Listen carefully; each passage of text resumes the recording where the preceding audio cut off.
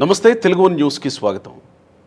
ఆంధ్రప్రదేశ్ గతిని మార్చబోయే రెండు ప్రతిష్టాత్మక సంస్థలు, విద్యా సంస్థలు నిన్న ఆంధ్రప్రదేశ్లో పురుడు పోసుకోవడానికి ఒక కీలక ఘట్టం ఆవిష్కృతమైంది. అది ఒకటి, నిన్న క్యాబినెట్లు మీటింగ్లో నేషనల్ లా యూనివర్సిటీకి, ఇది బార్ కౌన్సిల్ ఆఫ్ ఇండియా ద్వారా నిర్వహించబడుతున్నటువంటి యూనివర్సిటీ, ఢిల్లీ తర్వాత రెండోదిగా అమరావతిలో ప్రారంభించడానికి బార్ కౌన్సిల్ ఆఫ్ ఇండియా ఆమోదం తెలపడం, దానికి నిన్న క్యాబినెట్ సుముఖంగా ఓకే తెలపడం అన్నీ జరిగిపోయాయి. ఇది ఒక ప్రతిష్టాత్మకమైంది. అయితే XLRI, Xavier labour research institute, ఇది కూడా అత్యంత ప్రతిష్టాత్మకమైనటువంటి విద్యాసంస్థ.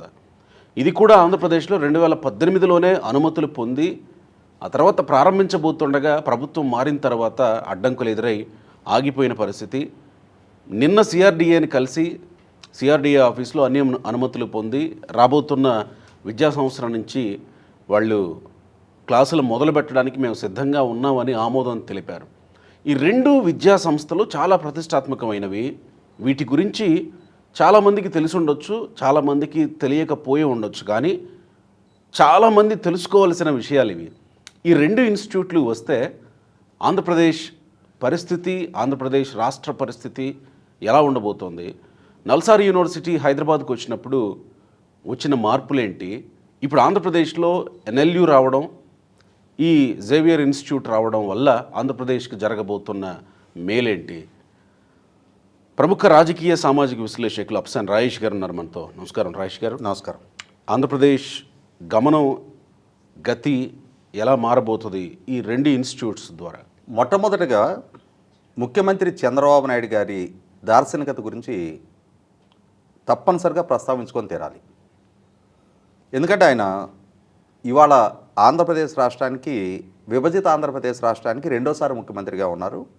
ఓవరాల్గా ఉమ్మడి రాష్ట్రంతో కలుపుకొని 4వ వారు ముఖ్యమంత్రిగా కొనసాగుతూ ఉన్నారు. మొదటి నుంచి కూడా వారు ప్రతిష్టాత్మక విద్యా సంస్థలు నెలకొల్పాలని, ఆ నెలకొల్పటం ద్వారా మన రాష్ట్ర విద్యార్థులకి మెరుగైన విద్యా అవకాశాలు దక్కాలి అని చెప్పని చాలా అంటే వారి కృషి గురించి చెప్పుకోవాలి అని అంటే, ఇందాక మీరు ప్రస్తావించిన హైదరాబాదులో ఉన్న NALSAR national academy of legal studies and research, దాన్ని షార్ట్ ఫామ్లో నల్సార్ అంటారు. భారతదేశంలో ఉన్న 21 నేషనల్ లా యూనివర్సిటీస్లో second ranked national law university. ఆ యూనివర్సిటీ ఏర్పాటు జరిగింది చంద్రబాబు నాయుడు గారి చొరవ వల్ల. అలాగే ఇవాళ మనకి ISB, Indian school of business, Maulana Azad Urdu university, insurance regulatory authority, national academy of construction, national institute of fashion technology, అలాగే విభజిత రాష్ట్రంలో నేషనల్ ఇన్స్టిట్యూట్ ఆఫ్ డిజైనింగ్, ఇట్లా ప్రతిష్టాత్మక విద్యా సంస్థలు ఉమ్మడి రాష్ట్రంలో కానీ అలాగే విభజిత రాష్ట్రంలో కానీ గ్రౌండింగ్ అయ్యాయి అని అంటే దానికి ప్రధానంగా చొరవ చూపించింది చంద్రబాబు నాయుడు గారు. 2014లో విభజన జరిగిన రాష్ట్రంలో Indian institute of technology, Indian institute of management, Indian institute of science and research, ఇటువంటి నేషనల్ ఇన్స్టిట్యూట్ ఆఫ్ టెక్నాలజీ, ఇటువంటి ప్రతిష్టాత్మక విద్యా సంస్థలు కూడా ఆయన హయాంలోనే గ్రౌండింగ్ అయ్యాయి. ఇవాళ ఈ రెండు సంస్థల గురించి మనం ప్రత్యేకంగా ఎందుకు చెప్పుకోవాల్సి వస్తుంది అని అంటే, ఆంధ్రప్రదేశ్ రాష్ట్రంలో ఆల్రెడీ విశాఖపట్నంలో Damodaram Sanjivayya national law university ఉంది. అంటే ఉమ్మడి రాష్ట్రానికి నేషనల్ లా యూనివర్సిటీగా నల్సార్ ఉన్న నేపథ్యంలో అప్పటికే విశాఖపట్నంలో రాష్ట్ర విభజనకి పూర్వమే ఇంకొక నేషనల్ లా యూనివర్సిటీ ఎస్టాబ్లిష్ అయింది. తర్వాత విభజన జరిగిన రాష్ట్రానికి DSNLU ఒక గుర్తింపు కలిగిన విద్యా సంస్థగా విరాజిల్లుతూ ఉంది, Damodaram Sanjivayya national law university. ఇక్కడ ప్రస్తావించుకోవాల్సింది ఏంటి అంటే, నేను నా స్వీయ అనుభవం చెప్తాను. నేను 2017లో నా చిన్న కొడుకు తను నేషనల్ లా యూనివర్సిటీలో అడ్మిషన్ తీసుకోవాలి అని చెప్పని, వీటికి నేషనల్ వైడ్గా కామన్ ఎంట్రన్స్ టెస్ట్ ఉంటుంది, క్లాట్ అంటారు, కామన్ లా అడ్మిషన్ టెస్ట్ అని చెప్పని. దానికి అపీర్ అవుతూ సైమల్టేనియస్గా క్లాట్తో పాటుగా పూణేలో ఉంటుంది సింబాసిస్ గ్రూపు. సింబాసిస్ గ్రూప్లో అప్పటికి పూణే అండ్ నోయిడా సింబాసిస్ క్యాంపస్లు చాలా పేరెనిగన్నవి. ఇప్పుడు మనకి హైదరాబాద్లో కూడా వచ్చింది. సింబాసిస్కి సపరేట్ ఎంట్రన్స్ టెస్ట్ ఉంటుంది. అలాగే ఇందాక మనం మాట్లాడుకున్న బార్ కౌన్సిల్ ఆఫ్ ఇండియా ద్వారా ఈ 21 నేషనల్ లా యూనివర్సిటీస్లో కూడా బార్ కౌన్సిల్ ఆఫ్ ఇండియా ద్వారా నిర్వహణ జరుగుతూ ఉన్న ఢిల్లీ నేషనల్ లా యూనివర్సిటీ వచ్చేటప్పటికి వాళ్ళు క్లాట్ నుంచి అడ్మిషన్ ఇవ్వరు. ఓకే. ఆ ఒక్క క్యాంపస్ కోసం ఐలెట్ అంటారు, ఆల్ ఇండియా లా ఎంట్రన్స్ టెస్ట్ అని చెప్పని. ఆ ఎంట్రన్స్ ద్వారా ఆ ఒక్క క్యాంపస్కి దేశవ్యాప్తంగా పిల్లలు పోటీ పడతారు. ఆ ఒక్క క్యాంపస్లో అడ్మిషన్ దక్కించుకోవాలి అని అంటే ఎన్ని సీట్స్ ఉండొచ్చు? 120 సీట్లు ఉంటాయి. ఓ. ఆ 120 సీట్లలో కూడా ఫారిన్ నేషనల్స్ ఉంటారు. వీళ్ళందరికీ పోను మన ఇండియన్ నేషనల్స్కి 90 సీట్స్ అవైలబుల్ ఉంటాయి. ఓకే. ఈ 90 సీట్స్ కోసం దేశవ్యాప్తంగా పోటీ పరీక్షల్లో వేలాది మంది పిల్లలు పోటీ పడతారు. అంతటి ప్రతిష్టాత్మక ఢిల్లీ నేషనల్ లా యూనివర్సిటీని బార్ కౌన్సిల్ ఆఫ్ ఇండియా వాళ్ళు నిర్వహణ చేస్తూ ఉన్నారు. ఈ మిగిలిన 20 నేషనల్ లా యూనివర్సిటీస్కి కలిపి క్లాట్ అని చెప్పని ఎగ్జామ్ జరుగుద్ది. అంటే మనకి ఎలా అయితే ఐఐటీస్కి జేఈ ఉంటుందో, ఐఐఎమ్స్కి క్యాట్ ఉంటుందో, అలాగే ఈ నేషనల్ లా యూనివర్సిటీస్లో అడ్మిషన్ కోసం క్లాట్ అని చెప్పి నేషనల్ వైడ్గా ఎంట్రన్స్ టెస్ట్ జరుగుద్ది. అప్పుడు మా అబ్బాయి ఈ క్లాట్తో పాటు సింబాసిస్ది శాట్ అంటారు, సింబాసిస్ అడ్మిషన్ టెస్ట్ అని, అలాగే ఐలెట్, వీటితో పాటుగా కొన్ని ప్రైవేటు లా స్కూల్స్ ఉన్నాయి, ప్రతిష్టాత్మకమైనవి, కొంచెం ఎక్స్పెన్సివ్ అఫైర్ అవి. వీటన్నిటికీ కలిపి ఎల్శాట్ అని జరుగుద్ది, లా స్కూల్ అడ్మిషన్ టెస్ట్ అని చెప్పని ఎల్శాట్ అని జరుగుద్ది. ఈ 4 ఎంట్రన్స్లు తను అపీర్ అయ్యాడు. అపీర్ అయిన నేపథ్యంలో తను క్లాట్ ఎగ్జామ్ అయిన వెంటనే కీ రిలీజ్ అవుద్ది. ఆ కీ రిలీజ్ అయినప్పుడు తనకి మంచి మార్కులు వచ్చున్నాయి. కానీ ఫైనల్కి ర్యాంకింగ్ రావడానికి ఇంకొక 1 వీక్ 10 డేస్ టైం ఉంది. ఈలోగా తను సింబాసిస్లో written test and interview stage ఉంటుంది. తను రిటర్న్ టెస్ట్ క్వాలిఫై అయ్యి ఇంటర్వ్యూకి ఎలిజిబుల్ అయ్యాడు.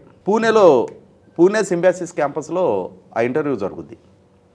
నేను మా అబ్బాయిని తీసుకొని పూణే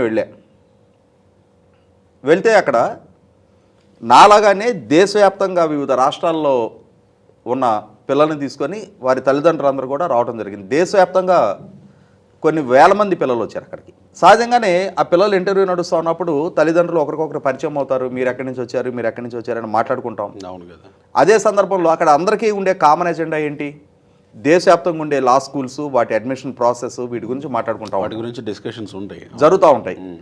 జరుగుతూ ఉన్నప్పుడు వాళ్ళు ఎక్కువగా రాజస్థాన్ నుంచి కలకట్టా దాకా ఉన్నారు ఆ పేరెంట్స్ ఎక్కువ మంది.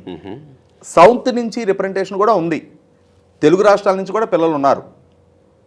అయితే నాతో ఇంటరాక్ట్ అయిన వాళ్ళు ఎక్కువ మంది నార్త్ ఇండియన్స్ ఉన్నారు. ఓకే. వాళ్ళు నేను హైదరాబాద్ నుంచి వచ్చాను అనగానే, అందులో ఇంకోటి ఏంటంటే వాళ్ళందరూ కూడా ఎక్కువ మంది లాయర్లు, అంటే సేమ్ ప్రొఫెషన్లో ఉన్నవాళ్ళు, ప్లస్ హైలీ క్వాలిఫైడ్ పేరెంట్స్ ఎక్కువ మంది ఉన్నారు. చదువుల గురించి, సంస్థల గురించి, ఈ అడ్మిషన్ ప్రాసెస్ల గురించి, ఈ ఎగ్జామ్ ప్యాటర్న్ల గురించి మంచి అవగాహన ఉన్న మెచ్యూర్డ్ పీపుల్ వాళ్ళందరూ ఎక్కువగా. ఓకే.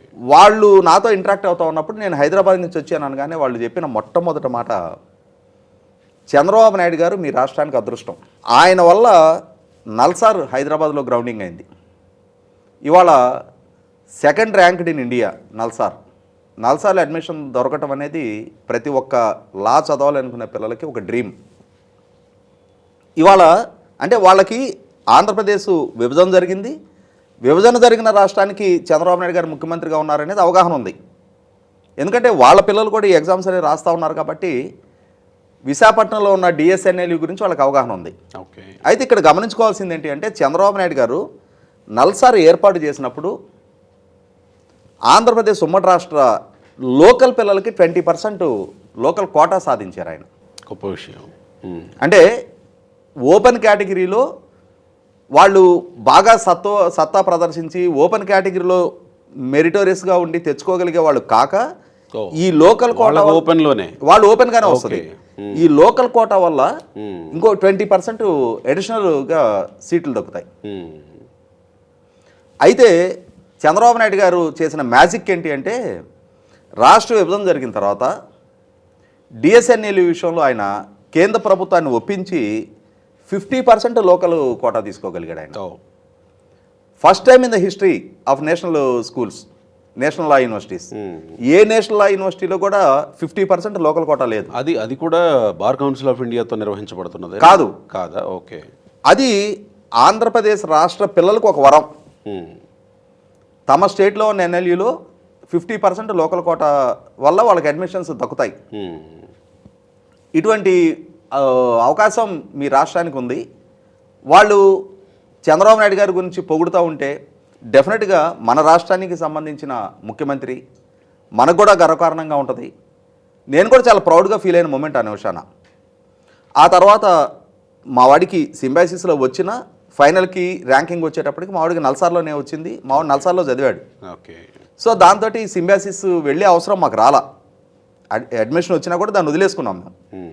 అయితే ఇక్కడ నేను చెప్పాలనుకున్నది ఏంటి అంటే అటువంటి చంద్రబాబు నాయుడు గారి పట్ల దేశవ్యాప్తంగా ఆయనకున్న గుర్తింపు దృష్ట్యానే బార్ కౌన్సిల్ ఆఫ్ ఇండియా వాళ్ళు చంద్రబాబు నాయుడు గారు మొన్న 2024లో మళ్ళీ తిరిగి రాష్ట్ర ముఖ్యమంత్రిగా పదవి బాధ్యతలు చేపట్టగానే ఢిల్లీ నేషనల్ లా యూనివర్సిటీ తర్వాత వారి సెకండ్ క్యాంపస్ అమరావతిలో ఏర్పాటు చేయాలి అని చెప్పి నిర్ణయానికి వచ్చి వారు వచ్చి చంద్రబాబు నాయుడు గారిని కలిశారు. కలిసిన వెంటనే స్పాంటేనియస్గా ఎలా అయితే ఐఎస్బి విషయంలో వారు స్పందించారో అదేవిధంగా స్పందించి వారికి మీకు ఇన్ని ఎకరాల భూమి కేటాయింపు చేస్తాము అని చెప్పని అప్పటికప్పుడు బార్ కౌన్సిల్ ఆఫ్ ఇండియా వారి చేత ప్రకటింపజేశారు. అమరావతిలో క్యాంపస్ ఏర్పాటు చేయబోతున్నాము అని చెప్పని. ఇక్కడ కూడా 20% లోకల్స్కి మళ్ళీ నిన్న వారికి 50 ఎకరాలు భూమి కేటాయింపు చేస్తూ క్యాబినెట్ అప్రూవ్ చేసింది. ఇక్కడ కూడా 20% లోకల్ కోటా ఈ క్యాంపస్లో కూడా ఏపీ పిల్లలకు దక్కుద్ది. అంటే నాకున్న అవగాహన మేరకు భారతదేశంలో ఒక ఆంధ్రప్రదేశ్ రాష్ట్రంలో మాత్రమే 2 నేషనల్ లా యూనివర్సిటీస్ నెలకొల్పబడతా ఉన్నాయి. వాళ్ళ ఆల్రెడీ డిఎస్ఎన్ఎల్యు ఎగ్జిస్టెన్స్లో ఉంది. ఇప్పుడు కొత్తగా అమరావతిలో బార్ కౌన్సిల్ ఆఫ్ ఇండియా ద్వారా ఇంకొక నేషనల్ లా యూనివర్సిటీ రాబోతూ ఉంది.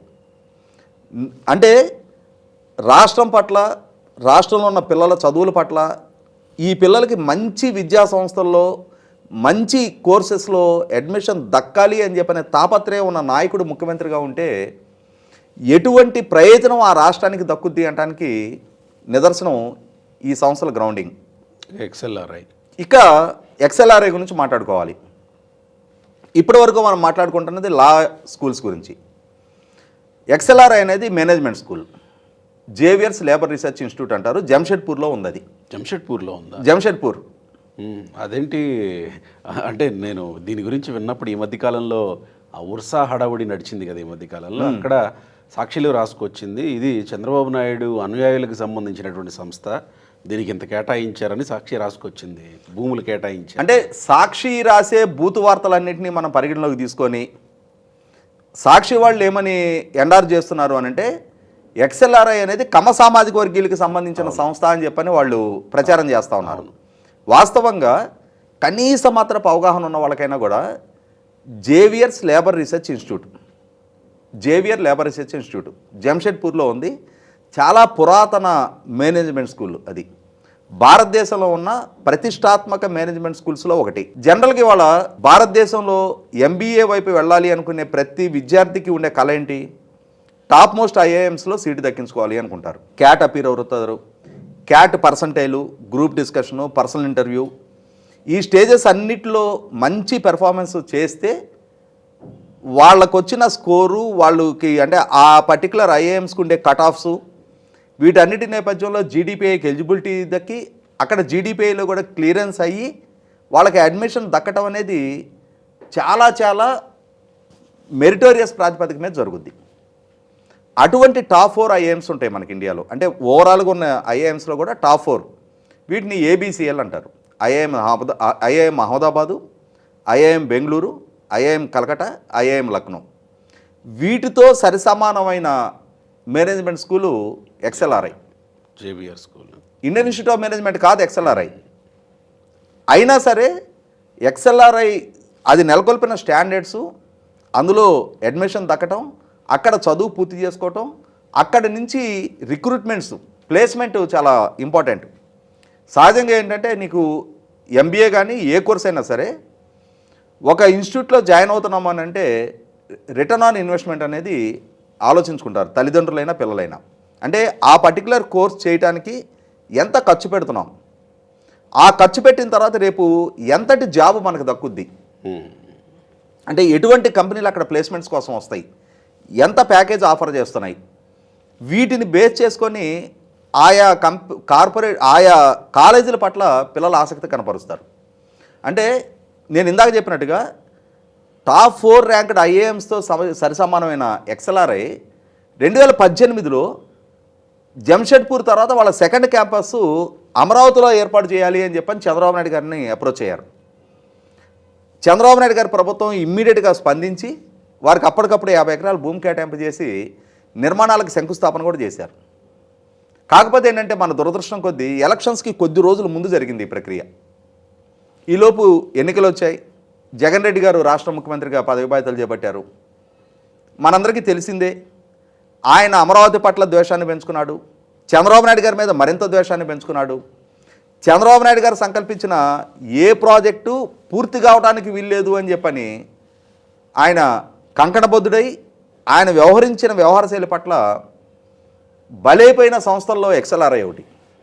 ఇవాళ ఎక్స్ఎల్ఆర్ఐని బలిపెట్టడం వల్ల రాష్ట్ర యువతను బలిపెట్టాడు ఆయన. దేశవ్యాప్తంగా ఒక ప్రతిష్టాత్మక సంస్థ అక్కడ గ్రౌండింగ్ అయితే, దేశవ్యాప్తంగా ఉన్న పిల్లలకి అక్కడ అడ్మిషన్ దక్కితే, అక్కడ ఎంతమంది పేరెంట్స్ వచ్చి వెళ్తూ ఉంటారు, అక్కడ హాస్పిటాలిటీ ఎంత పెరుగుతుంది, అక్కడ ఇండైరెక్ట్ ఎంప్లాయ్మెంట్ ఎంత పెరుగుతుంది, అందులో పనిచేసే సిబ్బంది వాళ్ళ నివాసాలు, అక్కడ దానికి కావాల్సిన లాజిస్టిక్సు, ఎంత యాక్టివిటీ అక్కడ జరగడానికి ఆస్కారం ఉంటుంది. 5,000 మంది పిల్లలకి అడ్మిషన్ ఇచ్చే ఎష్యూరెన్స్ తోటి ఆ క్యాంపస్ ప్రతిపాదించారు. 5 సంవత్సరాలు జగన్మోహన్ రెడ్డి పరిపాలనా హయాంలో అది పునాది స్టేజ్లోనే కొనారెళ్ళిపోయింది. ఇప్పుడు నీకు అమరావతి మీద కక్ష ఉంది, చంద్రబాబు మీద కక్ష ఉంది. ఎక్స్ఎల్ఆర్ఐ ఏం పాపం చేసింది? నువ్వు ఎక్స్ఎల్ఆర్ఐని పోనీ రాష్ట్రంలో వేరే ఇంకొక ప్రాంతంలో ప్రతిపాదించకపోయావా? అక్కడ చంద్రబాబు మీకు 50 ఎకరాలు ఇచ్చాడు, నేను 100 ఎకరాలు ఇస్తున్నా, మీరు ఇది ఈ ప్లేస్లో ప్రొవైడ్ చేయండి, మీకు కావాల్సిన ఇన్ఫ్రాస్ట్రక్చర్ మొత్తం గవర్నమెంట్ పరంగా ఫెసిలిటేషన్ మొత్తం నేను చేస్తానని చెప్పని కనీసం అంటే రాష్ట్రం పట్ల, విద్యా సంస్థల పట్ల, మొట్టమొదట చదువు సంధ్యల పట్ల అవగాహన ఉండాలి. అటువంటివి చెయ్యాలి అని అంటే ఆయా సంస్థలేంటి, అవి ఎంతటి ప్రతిష్టాత్మకం, అవి దేశంలో ఏ స్థాయి స్టాండర్డ్ మెయింటైన్ చేస్తూ ఉన్నాయి, వాటిలో అడ్మిషన్ కోసం పిల్లలు ఎలా పరుగులెత్తుతూ ఉంటారు, వాటి నుంచి చదువుకొని క్వాలిఫై అయ్యి బయటకు వచ్చేవాళ్ళు వాళ్ళ దేశంలో ఏ స్థాయిల్లో కార్పొరేట్ ప్రపంచంలో ఉన్నారు అనే కనీస మాత్రపు అవగాహన ఉంటే వాటికి ప్రాధాన్యత ఇస్తారు. జగన్ రెడ్డి గారు వాటిని ఏటిని పరిగణలోకి తీసుకోవాలి, అసలు వాటికి ప్రాధాన్యత ఇవ్వాలైనా. ఆ ఇవ్వని పర్యవసానం మళ్ళీ తిరిగి 2024లో చంద్రబాబు నాయుడు గారి ప్రభుత్వం అధికారంలోకి వచ్చిన తర్వాత స్పందించిన మొట్టమొదటి సంస్థ ఎక్స్ఎల్ఆర్ఐ. వారు మళ్ళీ ప్రభుత్వాన్ని అప్రోచ్ అయ్యి మేము మళ్ళీ మా క్యాంపస్ పనులు పునఃప్రారంభిస్తున్నామని చెప్పని నిన్న సిఆర్డీఏ వాళ్ళని కలిసి 1,500 మందితోటి మేము అకాడమిక్ ఇయర్ బిగిన్ చేయబోతున్నాము అని చెప్పని ప్రతిపాదించారు. అంటే మనకి పాలకుడికి ఉండాల్సిన అంటే రాష్ట్ర ప్రజల పట్ల, రాష్ట్ర విద్యార్థుల పట్ల, విద్యా వ్యవస్థ పట్ల మమకారం ఉన్నప్పుడు స్పందన ఈ విధంగా ఉంటుంది. లేదు అన్నప్పుడు మనకి గ్రామాల్లో చెప్పుకునే మొరట సామెత ఒకటి ఉంది కదా, మొరటోడికి మొగల పువ్వు ఇస్తే మడిచెక్కడో పెట్టుకున్నాడు అని చెప్పని. ఇవాళ జగన్ రెడ్డి లాంటి వాడి చేతికి రాష్ట్రాన్ని అప్పచెబితే పునాదుల్లోనే ప్రతిష్టాత్మక విద్యా సంస్థలు కొనారిల్లిపోయిన నేపథ్యం కళ్ళ ముందు కనిపిస్తూ ఉంది. ఇక్కడ నాకు ఒక విషయం గుర్తొచ్చింది రాజేష్ గారు. ఇప్పుడు ఎస్ఆర్ఎం, విట్ ఆల్రెడీ వాళ్ళ కార్యకలాపాలు కొనసాగిస్తూ ఉన్నారు కదా 2000 అప్పటి నుంచి 2019 నుంచి 24 వరకు జరిగిన మధ్యకాలంలో అమరావతిలో జరిగిన పరిస్థితులన్నీ అప్పుడు అడ్మిషన్ తీసుకుని స్టూడెంట్స్గా ఆ కాలేజెస్లో కోర్స్ కంప్లీట్ చేసిన వాళ్ళందరికీ జీవితాంతం గుర్తుండిపోతుంది కదా. అంటే ఎలాంటి పరిస్థితుల్లో మేము కాలేజీకి వెళ్ళి చదువుకున్నాం అని ఇటు గుంటూరు వైపు నుంచి కానీ ఇటు మంగళగిరి వైపు నుంచి కానీ ఆ క్యాంపస్లకు రావడానికి ఆ గోతులు పడిన రోడ్ల మీద ఆ కాలేజీ బస్సుల్లో ఉయ్యాల జంపాలు ఊక్కుంటా వాళ్ళు యంగ్స్టర్స్ కాబట్టి అంటే పిల్లలు కదా, యంగ్ ఏజ్లో ఉన్నాళ్ళు కదా వాటిలో చదువుకునేది. అవును. +2 కంప్లీట్ అయిపోయిన వాళ్ళు అంటే 17 సంవత్సరాల నుంచి 21-22 సంవత్సరాల మధ్య వయస్కులు ఆ కాలేజీలో చదువుతూ ఉన్నారు కాబట్టి వాళ్ళు కాబట్టి తట్టుకోగలిగారు. వాళ్ళకి కూడా విరక్తి వచ్చి ఉంటుంది. ఇటువంటి రోడ్లలో ఈ ముళ్ళ కంపల్లో ఈ వర్షం పడితే చెరువుల్లో ఈదినట్టుగా ఆ గోతుల్లో నీళ్లు నిలబడి ఉండి ఆ బస్సుల్లో ఉయ్యాల జంపాలు ఊక్కుంటా వాళ్ళు చేసిన ప్రయాణం అనేది నరకప్రాయంగా మారి ఉంటుంది. అది జీవితాంతం గుర్తుంటుంది ఖచ్చితంగా. కదా, ఎవరు చేశారు ఇలా అనేది కూడా గుర్తుపెట్టుకుంటారు. 100కి 100 once upon a time there lived a king అని చెప్పని మనం చదువుకుంటున్నాం కదా. అట్లాగే once upon a time there was a ruler called Jaganmohan Reddy. ఎక్కడికి వెళ్ళినా కానీ వాళ్ళకి గుర్తుండిపోయే అంశం. మొత్తానికి ఒక మంచి సబ్జెక్ట్ తీసుకొని జనాలకి కాస్త అవగాహన వచ్చేలా చెప్పినందుకు మీకు ముందుగా ప్రత్యేకంగా కృతజ్ఞతలు రాజేష్ గారు. యాక్చువల్గా చాలామందికి తెలిసి ఉండకపోవచ్చు వీటి ప్రాధాన్యతలు. తెలియడం వల్ల కొంతమంది ఇన్స్పైర్ అయినా ఇలాంటి ప్రతిష్టాత్మక విద్యా సంస్థల్లో మా పిల్లలు చేరేలాగా మేము కొంత ప్రయత్నం చేయాలనే ఒక ఇన్స్పిరేషన్ వస్తే బెటర్ అనేది నా ఉద్దేశం కూడా. Thank you very much Rajesh గారు.